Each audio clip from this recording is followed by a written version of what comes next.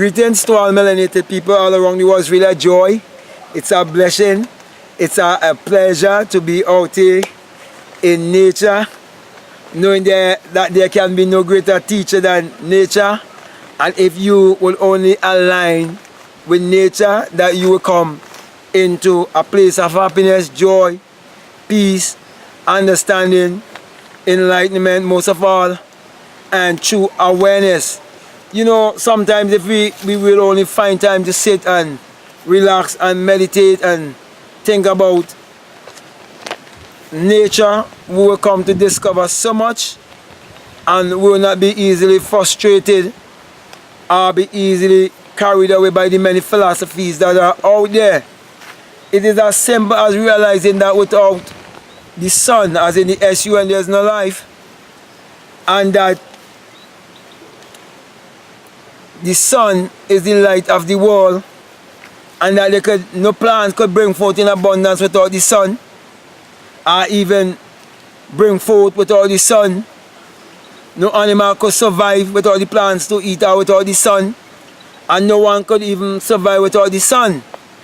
And many believe in a SON over the SUN. You know, sometimes it really moves me, you know what I mean, to see people who have gone to school and claim to be highly educated people would disagree with me when I say that the sun is the light of the world, and it is so evident for them to see that the sun is the light of the world. And they would ask me, so who created the sun?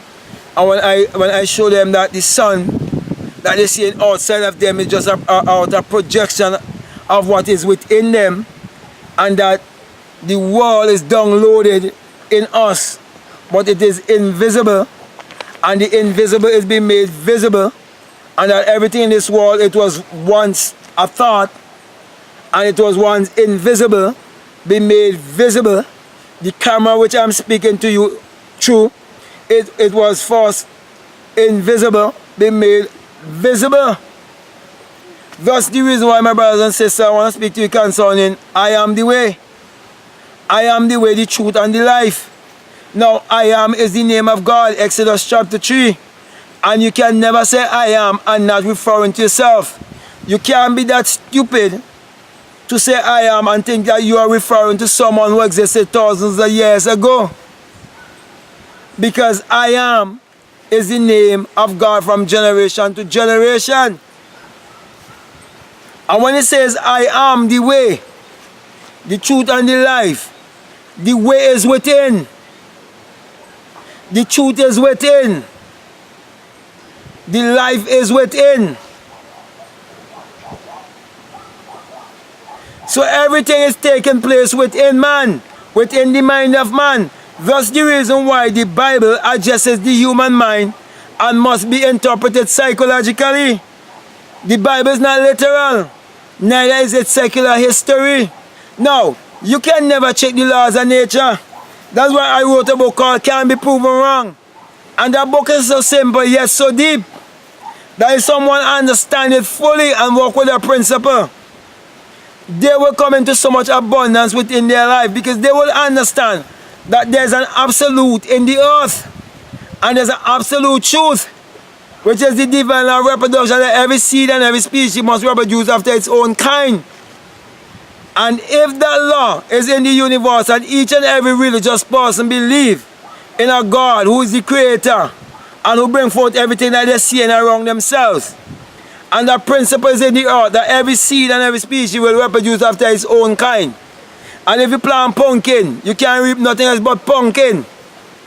And you believe in a literal man that existed 2,000 years ago named Jesus Christ. And this literal man walk on literal water and turn literal water into wine. If you believe that, because all who believe that Jesus Christ existed, they believe that the Bible is literal. Therefore, if that same life is in you, you have to do the same thing. You can't check the laws of the universe. You can't check the laws of nature. Now, if I have the life of O.J. Simpson inside of me, I play American football. If I have the life of Bruce Lee, I would do Kung Fu or martial arts. and I will act movies. If I have the life of Michael Jackson in me, I would sing and dance and have people fainting, especially Caucasian people. So you cannot check nature. That is why nature is our greatest teacher. Therefore,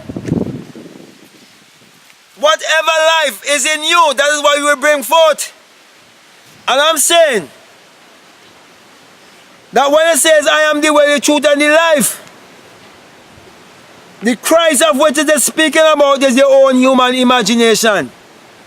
The Creator in man that will teach you the way, which is the life in you, and which is the truth. And the truth can never be proven wrong,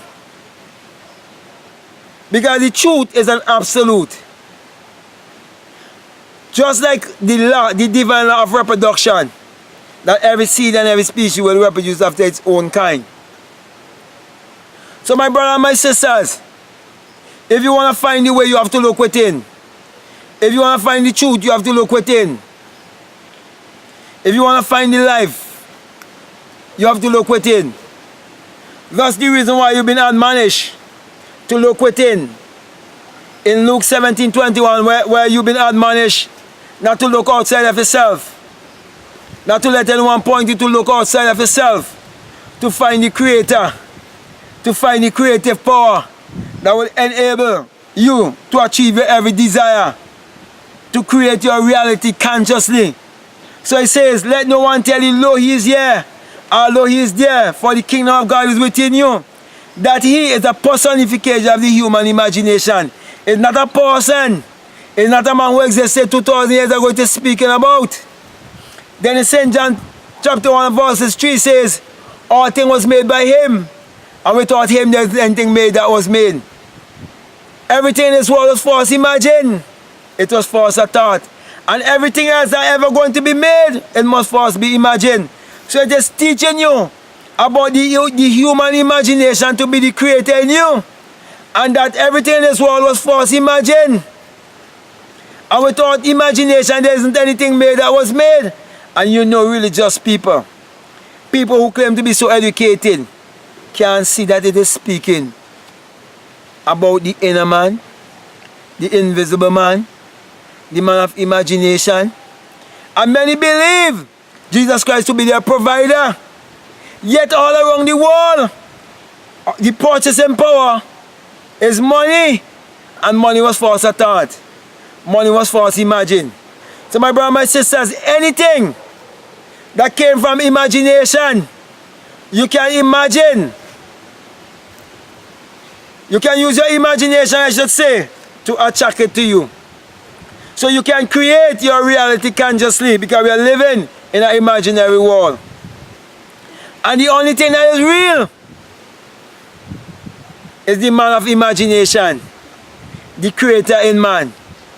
So next time you hear anyone speaking about Jesus Christ being the way, the truth, and the life, point them to look within. And teach them what Matthew 6:6 says. To go within. To go into the secret place of meditation. Because prayer is desire and meditation. And desire is a spiritual sensation. And close the door, which is the eye, and see things through the mind's eye. Through the single eye, of which Matthew 6:22 speak of. If your eye be single, your whole body will be full of light. And to use your imagination to create your reality. And to use your imagination lovingly on behalf of another also. Also Psalm 4:4 admonish you to commune with your own heart upon your bed and be still, get into the silence. And when you commune with your own heart, learn to use your visualization. Learn to see things through the single eye, through the mind's eye, and see what you want, know what you want, and realize that you can become whatever you want to become in this world, because the way, the truth, and the life is within you. So, with that being said, my brother and my sister, I want to also encourage you to read 2 Corinthians 13:5, where you've been admonished to examine yourself. see if you're in the faith or not. Then it says, don't you know your own self? Don't you know your own self? That Jesus Christ is in you, that is a power in you, and that power will enable you to create your reality consciously. So with that being said, my brother and my sisters, I want to encourage you to read my ebooks and to put what I'm saying to work in your life. And feel free to email me anytime at blackmadguru@gmail.com. Also to support this work on Patreon, because whatever you do in supporting this work, you're doing it unto yourself and to all those who benefit from it, because I truly want you to understand the principle of giving and receiving. Okay, so with that being said, my brother and my sisters, we are the people of the sun, and I want to encourage us to embrace the sun, because without the sun there is no life, and the sun is the light of the world, and without the human imagination there isn't anything made that was made, and the sun parallels the human imagination. That's the reason why I give you the sign of Matthew 6:22, where he says, if I be single, your whole body will be full of light. And when I look up in the sky, I'm seeing that one eye staring down on each and every one, bringing light, bringing hope to people all over the world.